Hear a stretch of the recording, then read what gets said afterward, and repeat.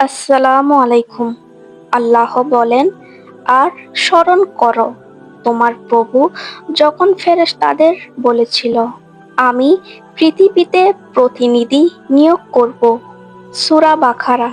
জীবনের সর্বক্ষেত্রে আল্লাহর প্রতিনিধিত্ব করাই প্রকৃত মুমিনের প্রধান বৈশিষ্ট্য। মুমিন চরিত্রের অন্যতম বৈশিষ্ট্য হল ওয়াদা রক্ষা করা। আরবি আহদুন অর্থ অঙ্গীকার, প্রতিশ্রুতি, ওয়াদা, চুক্তি ইত্যাদি।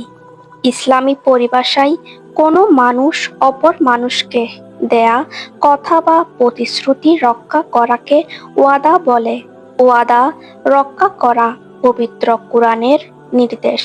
আল্লাহ তাআলা বলেন, আমার সঙ্গে করা ওয়াদা তোমরা পূর্ণ করো, আমিও তোমাদের সঙ্গে করা ওয়াদা পূর্ণ করব।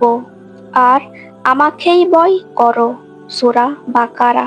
অন্যত্র আল্লাহ বলেন, তোমরা আল্লাহ এবং পরস্পরের সঙ্গে করা ওয়াদা পূর্ণ করো, আর আল্লাহকে সাক্ষী রেখে কৃত ওয়াদা ভঙ্গ করো না।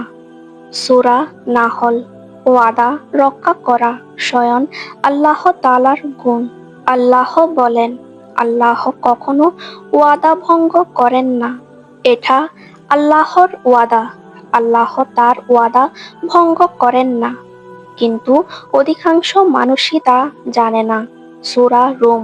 পবিত্র কোরআনে আল্লাহ বলেন, আল্লাহর রং, আল্লাহর রঙের চেয়ে আর কার রং উত্তম হতে পারে?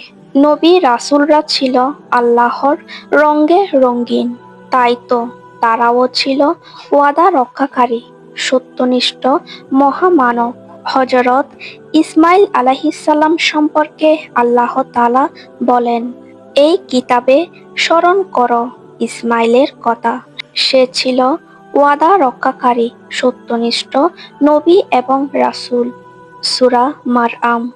আব্দুল্লাহ ইবনে হাসমা রাদিয়াল্লাহু আনহু থেকে বর্ণিত, তিনি বলেন, নবুয়তের পূর্বে আমি রাসূল সাল্লাল্লাহু আলাইহি ওয়াসাল্লাম থেকে কিছু দ্রব্য ক্রয় করি এবং বলি, আপনি এখানে দাঁড়ান, আমি টাকা নিয়ে আসছি। কিন্তু বাড়িতে গিয়ে আমি রাসূল সাল্লাল্লাহু আলাইহি ওয়াসাল্লামের কথা ভুলে গেলাম। 3 দিন পর মনে হওয়া মাত্রই ওই স্থানে গিয়ে দেখি হুজুর সাল্লাল্লাহু আলাইহি ওয়াসাল্লাম দাঁড়িয়ে আছেন। তিনি আমাকে দেখে শুধু বললেন, তুমি আমাকে খুব কষ্ট দিয়ে ফেললে। আমি 3 দিন পর্যন্ত তোমার জন্য এখানে অপেক্ষা করছি। পবিত্র কুরআনের অসংখ্য আয়াতে ওয়াদা রক্ষাকারীর প্রশংসা ও মর্যাদা বর্ণনা করা হয়েছে। আল্লাহ তাআলা ইরশাদ করেন, প্রকৃত মুত্তাকিরা যখন ওয়াদা করে তখন তা রক্ষা করে। সূরা বাকার। হ্যাঁ, কেউ যদি ওয়াদা রক্ষা করে এবং আল্লাহকে ভয় করে, তবে সে জেনে রাখুক, আল্লাহ এমন খোদা বিরুদ্ধের ভালোবাসেন। সূরা আলে ইমরান। ওয়াদা রক্ষা না করা কবিরা গুনাহ। আল্লাহ তাআলা বলেন, ওয়াদা রক্ষা না করার অপরাধে আমি বনী ইসরাইল সম্প্রদায়কে অভিশপ্ত জাতিতে পরিণত করেছি, আর তাদের অন্তরগুলোকে করে দিয়েছি কঠিন। সূরা মায়েদা। তিনি তাদের অন্তরে মুনাফিকি স্থায়ী করে দিলেন তার সঙ্গে সাক্ষাৎ হওয়া দিন পর্যন্ত, কারণ তারা আল্লাহর সঙ্গে কৃত ওয়াদা রক্ষা করেনি, বরং মিথ্যাচার করেছে। সূরা তওবা। আবু হুরায়রা রাদিয়াল্লাহু আনহু থেকে বর্ণিত, রাসূল সাল্লাল্লাহু আলাইহি ওয়াসাল্লাম বলেছেন, মুনাফিকের চিহ্ন 3টি। যখন কথা বলে মিথ্যা বলে, ওয়াদা করলে খেলাফ করে এবং আমানত রাখলে তা খেয়ানত করে। ইমাম ইবনে রজব রহমতুল্লাহি বলেন, ওয়াদা খেলাফ দুইভাবে হতে পারে। এক, কেউ ওয়াদা করলো এবং নিয়ত করলো সে তা রক্ষা করবে না, এটা হলো নিকৃষ্ট ওয়াদা খেলাফ। 2, কেউ ওয়াদা করার সময় বলল, আল্লাহ চাহে তো আমি এমনটি করব, কিন্তু মনে মনে না করার সংকল্প করল। তাহলে সে ওয়াদা খেলাফের সঙ্গে সঙ্গে সে মিথ্যাও বলল।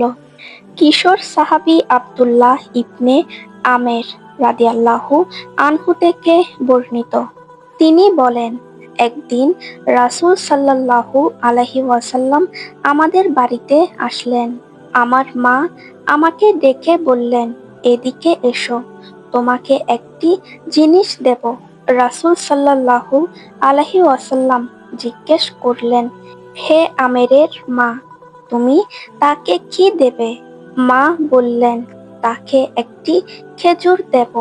রাসূল সাল্লাল্লাহু আলাইহি ওয়াসাল্লাম বললেন, তুমি যদি তাকে কিছু না দিতে, তবে তোমার আমলনামায় একটি মিথ্যার গুনাহ লেখা হতো। জীবন চলার পথে প্রতিনিয়ত আমরা একে অন্যকে যেসব প্রতিশ্রুতি দিচ্ছি, এসব প্রতিশ্রুতি এবং ওয়াদা রক্ষা করা একান্ত কর্তব্য। এ ব্যাপারে সামান্যতম সৌতীল্য প্রদর্শনও দুনিয়া আখিরাতে মুসিবতের কারণ হতে পারে। আল্লাহ তাআলা বলেন, তোমরা ওয়াদা রক্ষা করো, ওয়াদা রক্ষার ব্যাপারে তোমাদেরকে প্রশ্ন করা হবে। সূরা বনী ইসরাইল। আলী রাদিয়াল্লাহু আনহু থেকে বর্ণিত, রাসূল সাল্লাল্লাহু আলাইহি ওয়াসাল্লাম বলেছেন, ধ্বংস তার জন্য যে ওয়াদা করল অতঃপর তা রক্ষা করল না।